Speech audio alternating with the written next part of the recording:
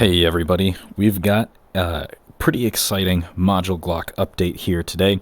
As you can see, we've got more frame sizes, or slide sizes I should say. I've got a full array from G26 all the way up to 17L, so we'll kind of get into that today, along with some other additions. So, let's see here. Let's start with the G26 and work our way up. I didn't show off some interesting things about the Gen 3 G26 in the last video, and almost all of it has to do with the recoil spring assembly of the G26. So as we bring this back, you can see that there is a kind of sub-spring assembly inside here that moves at a different rate than the main recoil spring. As you can see, there's like a secondary recoil spring going over top the other recoil spring. And anyways, that's just, just kind of a mechanical difference from the G26 to the other Gen 3 Glocks. Most importantly, this lays the framework for how I'm going to be doing recoil springs for Gen 4 and Gen 5 Glocks as they use this kind of dual recoil spring setup. I'm sure some Glock certified armorer out there will be able to tell more about this in the comments than me, but anyways, that is an update to the G26. The G19, no real differences here. As you can see, there's just that single recoil guide rod there and single recoil spring. No changes to the G19 or the G17. However, the next addition is the G34, which is a long slide version of the 17. It has a slightly extended slide, as you can see, and barrel, it's like 5 and some change inches. Most importantly, though, and interesting, is that this is the John Wick 2 Taran Tactical slide length. So we've got the G34 Taran Tactical edition. We do have some, barrel options for this slide length. There is the specific, classic Taran Tactical bronze finish, and we can pair that with our Taran Tactical G17 frame. This does have a built-in mag well. It's just a mesh reason that I can't accept other mag wells. However, this does, of course, provide the function of increased magazine reload speed. So, there's your John Wick 2 kind of Taran Tactical setup. Oh, I forgot to mention that there are some TTI-specific sights that pair with this. There's a, fiber optic front sight and block rear sight there. It's pretty nice, especially in low light conditions. That's a pretty good pairing. But for now, let's go back to the standard irons. We'll also check out, there is a custom milled Gen 3 slide for the G34. Let's go back to our G17 frame. There we go. This, of course, this is actually a little bit different to the MOS slides that I showed off in the last video. These are milled, and they are milled as low as possible. There's no adapter plate for these, so these optics just sit very, very low. You can see they're like, I guess what you would call lower third pistol sight co-witness. I'm sure if we threw some suppressor height sights on here, they would actually co-witness. So let's check that out. Let's just do something like these strike suppressor heights. Oh yeah, there we go. Boom, that dot is right on that front sight post. Anyways, these do support the kind of Trijicon RMR size and also acro as well. Even this acro co-witness is pretty nice. So, pretty snazzy stuff. Let's actually pocket these for now. Oops. And move on to our even longer boy, the G17L, which has a 6-inch barrel. So if you want velocity, this has it. Again, this also has a milled slide option. I also reorganized this so that as you're going down the list, you go to smaller and smaller slide lengths. So G17L, the longest, is at the top. 26 is all the way at the bottom of the list. So this also has a milled option. And this slide, just due to the size and the mass of it, does actually slightly affect the recoil of the gun. So compared to like a G17, there's going to be a little bit more felt rearward recoil, a little bit less vertical, and it's going to recover a little bit faster compared to a normal G17. So let's see if we just kind of shoot dirt here. There we go. That's our 17L compared to our 17. Just a little bit snappier on the return. Anyways, so what else do we have here in terms of updates? Well, the G26, kind of cycling back to this because I missed this the first time around. I did give this. I gave the G26 a milled slide as well. This kind of really, really low cut slide is available for all slide lengths. G26, 19, and 17, and of course 34 and 17L. We also, I kind of gave these just some cooler, P80, edgier, kind of cutout slides there, just because I thought they looked cool. But making mesh edits to some of these more complicated slides, let's take this Zev Hex. I'm not going to be able to mesh edit this down to a G26 length. So relatively limited options there, but I am a huge fan of putting an optic on a G26. Just, it's got that funny factor to it, Anyways, picking up the G19, let's kind of keep moving up in length here.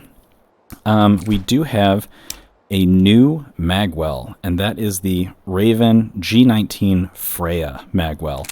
It says G19 on it because it looks horrible on a G17, and I'm not going to separate out like modular parts groups for magwells between 17s and 19. It's just a mess. But anyways, this magwell is used in a very particular clone correct build, which we can now complete. So let's go ahead and change this G19 to a milled slide, and we'll equip the KKM Precision, and we'll throw on, this is the first compensator that I've added, KKM 4-port, just so we can start putting together a very particular build here.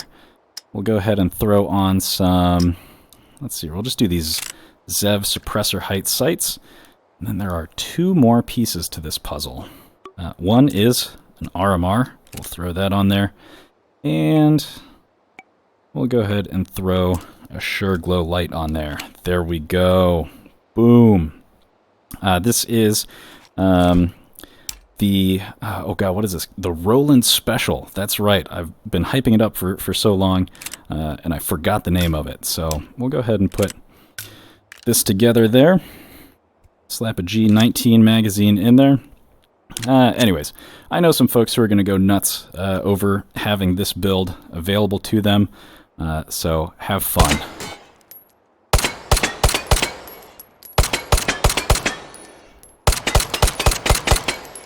Boom. Wonderful. Very smooth, very smooth. Let's actually take a look at the G17L while we've got this kind of race setup going on here. Let's throw a, we'll throw like a mag extension on here. We've got some crazy colors available for it. Man, the blue and purple look really similar in this light, but I'll stick with the purple. We'll throw that in there. Oops. Can't forget. 1, 2, 3. Top this mag off. There we go. I have added a new category called frame mounted. These are frame mounted accessories. And specifically, I want to show off the AimTech base mount, AimTech Tiger Shark mount, and the infamous ALG 6-second mount. This is the T1 version, Aimpoint T1, and the RMR version. Let's stick with these ALG mounts and talk about some of the colors they come in. We've got dark desert color, gray, and purple to match our purple mag extension there. While we're at it, we may as well throw on our ALG flared magwell, which is also available in purple. And now we've really got something going on here. We've got something cooking. Let's see here. So, about these ALG mounts. They do have some mounting options here. One is an RMR. We can mount an RMR directly to both the T1 and, of course, the RMR specific version. They mount in slightly different places, but this basically just kind of gets that optic off of the slide so it's not moving when you're shooting. Looks like we need to rack it. There we go.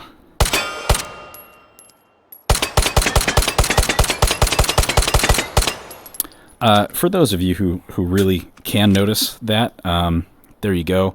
That's a good option for you. However, the most particular part about these mounts here is their ability to support aimpoint, micro footprints. So any of these micro optics that I have available can mount to these. I'm actually a really big fan of the Romeo 4T, just because it has these kind of circular reticle options to it. Kind of helps me if I'm off target a little bit, because I'm not that great of a red dot pistol shooter.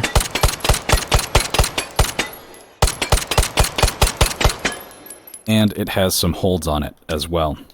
What they are, who knows? But it has some additional holds to it. So I'm a pretty big fan of these mounts and what they're capable of in terms of expanding your sight options for a Glock. Look at that. Is that not ridiculous? Actually, let's make it even worse. Let's throw that KKM on there, rip the port off of that, throw it on there. Now we're cooking with gas. Boom. And of course, if we really want to crank down the recoil some more, we could change out the frame. Let's reattach that sight, because I changed the frame. There we go. And let's see how this is. I'm not sure how those are not hitting, but whatever. Race gun complete. Actually, while I have the G19, let's also talk about the RMR, because the T1 mount, as you can see, has a little bit of an underbite and hangs off the frame. However, the RMR mount is perfectly flush with a G19 frame. So, we can go ahead and put that RMR up there instead.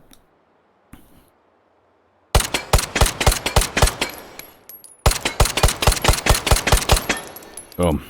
Very, very cool. So that is pretty much the biggest update for ModulGlock right now. Otherwise, I'm trying to think here. Oh, yes, I'm forgetting.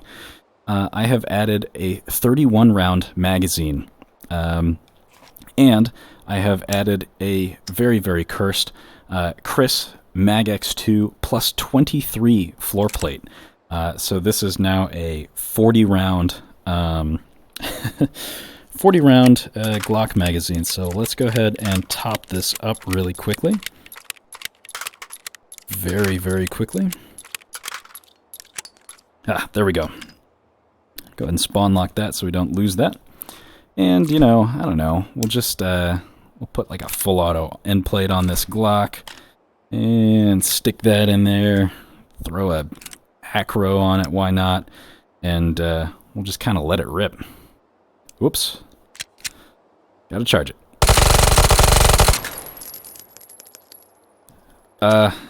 Let's see here. Oh, of course. Wouldn't be a ridiculous G26 without some form of stoppage. So, anyways, this plus 23 mag extension is available for all Glock mags, including the G26 10-rounder. Let's see here. So this is a plus 13 on a 10. Oh, I don't even know how many rounds that is.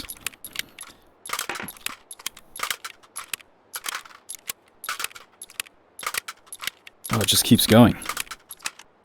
There we go. All right. That looks hilarious.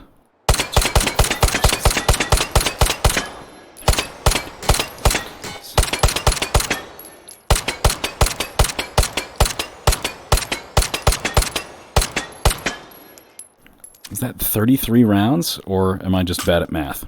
The answer is probably both are correct. Anyways, whoa, that's funny. All right, so that is pretty much everything for ModulGlock right now. About the G26, just because it's so small and it doesn't have a Picatinny front point, I have not added the ability to take frame-mounted mounts, just because they look horrible by all accounts. That is pretty much it for ModulGlock right now. Upcoming things, hopefully some additional magazines. I'm thinking in terms of release, I may actually just release ModulGlock as a Gen 3 version first, and then I'll update it with Gen 4 and Gen 5 as I make those edits to those models, because there's quite a bit different between Gen 3, 4, and 5. Anyways, that's everything for right now. Hope you guys got a kick out of this devlog and some of the exciting potentials coming from this tiny little handgun. All right, I will see you guys in the next one. Take care.